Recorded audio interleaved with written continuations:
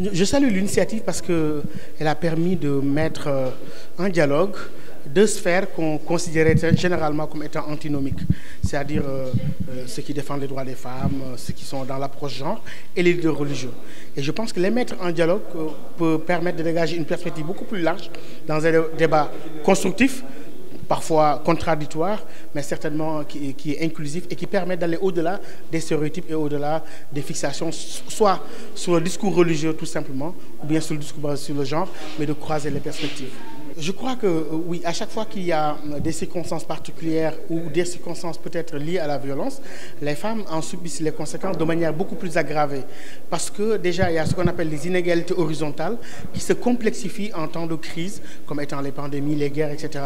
Et je pense que c'est le moment de redoubler de vigilance et de reporter, même s'il n'y a pas possibilité de faire des débats en présentiel, de le faire de manière virtuelle, mais en tout cas maintenir le débat. Et je trouve ce qui est constructif, c'est que d'habitude, aussi les femmes de leur côté et les leaders religieux de leur côté, chacun menait le débat.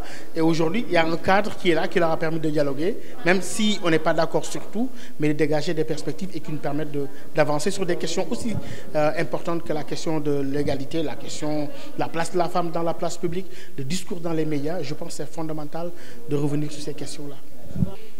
Je crois qu'il faut décomplexer le débat sur le droit des femmes. Ce n'est pas un débat occidental ou qui vient d'ailleurs. Je crois que dans nos traditions et dans la tradition islamique, il y a eu des injonctions fortes allant dans le sens du respect des droits des femmes. Et je crois que dans l'enseignement prophétique, dans l'enseignement des autres religions, on trouve des éléments mobilisables dans ce sens. Maintenant, le fait de dire que c'est un débat qui vient de l'Occident ou d'ailleurs, moi je n'y crois pas. C'est-à-dire que je dis que même l'islam était déjà dans le débat rationnel, bien avant le contexte occidental. Je rappelle souvent que si l'Occident aujourd'hui a eu accès à la philosophie de Platon et d'Aristote, c'est grâce aux traductions du grec vers l'arabe et puis vers les langues romanes après. Donc je crois que fondamentalement, l'islam ne doit pas être exclu de ce débat-là. Au contraire, les acteurs musulmans doivent se réapproprier cela dans le sens d'un bien perdu et qu'on a récupéré.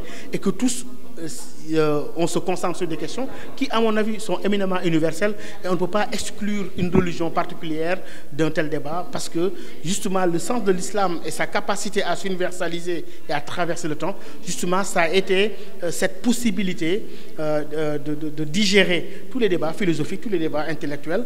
Il ne faut jamais fermer l'islam de certains débats dans lesquels il a une contribution à apporter, mais aussi, il doit aujourd'hui avoir les possibilités intellectuelles d'affronter aussi les détracteurs et de débattre dans un cadre apaisé, dans un cadre contradictoire, mais toujours dans un cadre constructif.